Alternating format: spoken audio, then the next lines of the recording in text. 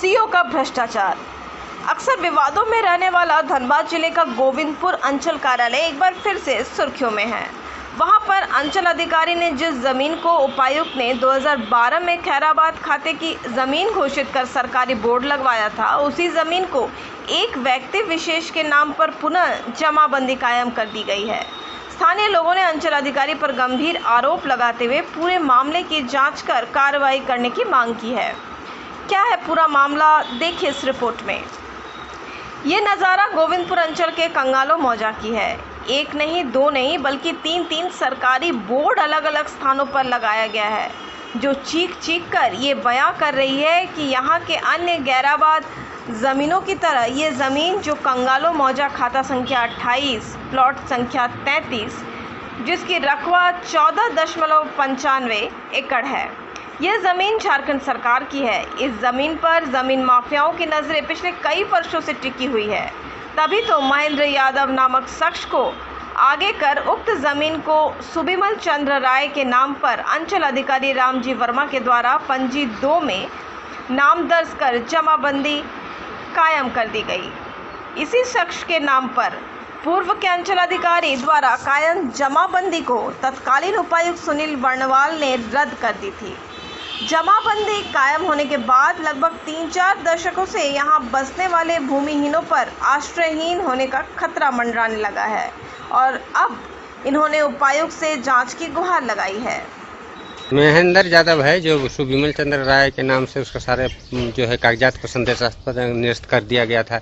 आपका 2012 में जब यहाँ के डीसी सुनील कुमार वर्णवाल थे तो ये करके उनका सरकारी बोर्ड भी लगाया गया है, समझे ना। उनका सारे जमाबंदी और सारे कागजात को जो है रद्द करके पुनः जो है पंजी 2 में इस साल क्या बोलते हैं चढ़ा दिया गया है। और मैंने पंजी 2 में चढ़ा कर ऑनलाइन रसीद भी कट चुका है। जो मैंने ये गलत हुआ है, जो एक ही को ज़मीन को बार बार करके ये करके मैंने दोहराया जा रहा है। यहाँ पर भूमिहीन करीब 200 से अधिक मैंने दलित जो है, दलित हरिजन आदिवासी बसे हुए हैं, जिनके पास रहने का मकान नहीं है, झुग्गी झोपड़ी में ये है। और इस स्थल से हमारे सुनील कुमार वर्णवाल जी मैंने बहुत ही क्या बोलते हैं जानकारी है उनका। अभी जो प्रधान सचिव राजस्व एवं भूमि सुधार विभाग में है, रांची में है, उनको जानकारी है।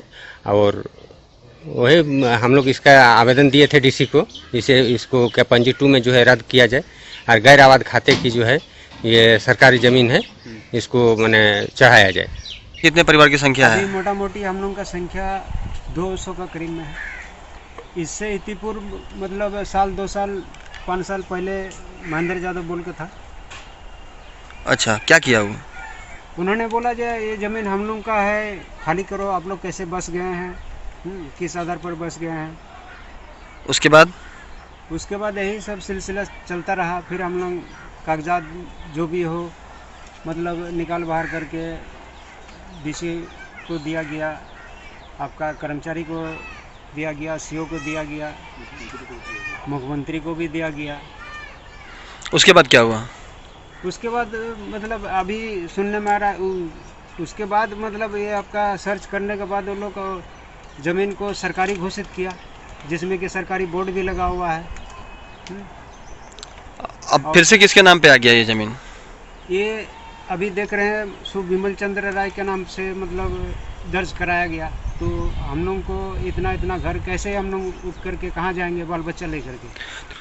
तो इसी लेकर के फिर हम लोग दोबारा डीसी को, आपका प्रधानमंत्री को, आपका सीओ को जानकारी किए, आवेदन दिए।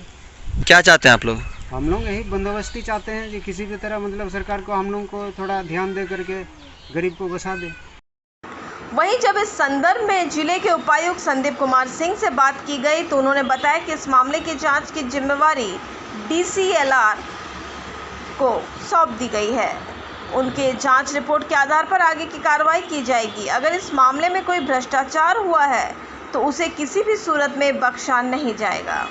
जमाबंदी किस प्रकार आपके पास भी उसकी शिकायत आई है क्या? कुछ अभी ज़मीन की जो डिटेल है उसमें संबंधित सीईओ और LRDC को निर्देश दिया गया कि एक बार पेपर्स देख के और मौके पर क्या स्थिति है, किस आधार पर किसी व्यक्ति द्वारा क्लेम किया जा रहा है, वो जांच करके एक जांच रिपोर्ट देंगे। जो भी आवश्यक कार्रवाई होगी सरकारी ज़मीन पर किसी भी तरह का अवैध दावा या अतिक्रमण अगर किसी ने किया है तो उसको खारिज करने के लिए वो हम लोग जिला प्रशासन के स्तर से करेंगे। लेकिन सर जब आप ही के नहीं, खासकर जब उपायुक्त के आदेश पर ही जिस ज़मीन को सरकारी घोषित किया गया वहाँ पर अंचलाधिकारी के द्वारा अगर फिर से उसमें जमाबंदी कायम कर दी जाती है तो कहीं ना कहीं ये तो विभागीय जांच के विषय जांच के लिए इसीलिए दिया गया है कि क्या क्लेम जो भी आदमी पेपर प्रोड्यूस कर रहा है, जैसा कि आप बता रहे हैं, उनका क्या दावा है, पास्ट में उसमें क्या कार्रवाई हुई है, इन्हीं सब बिंदुओं पे जांच करके DCLR एक रिपोर्ट देंगे और उसके आलोक में अगर कोई दोषी है, चाहे वो सरकारी पदाधिकारी या कर्मी है, कोई और है, तो उसमें नियम संगत कार्रवाई की जाएगी। धनबाद कोयलांचल में सरकारी जमीन पर फर्जी कागजातों के आधार पर अवैध तरीके से अंचल कार्यालय की सेटिंग गेटिंग से कब्जा करने की कोई नई कोशिश नहीं है। इससे पहले भी आमाघाटा, बरवाडा समेत कई अन्य इलाकों में भी इस तरह के फर्जीवाड़े प्रकाश में आते रहे हैं और समय समय पर जिला प्रशासन के द्वारा कार्रवाई भी की गई है, लेकिन अधिकारियों के तबादले के साथ सरकारी जमीनों पर कब्जा के लिए भू माफियाओं का खेल फिर से शुरू हो जाता है। बहरहाल इस मामले में देखना ये होगा कि DCLR के द्वारा की जाने वाली जांच में उक्त जमीन को पुनः सरकारी घोषित किया जाता है अथवा जीत भू माफियाओं की होती है। क्वालिटी ओवन फ्रेश, जो बच्चों की सेहत से करे प्यार, वो क्वालिटी ब्रेड से कैसे करे इनकार।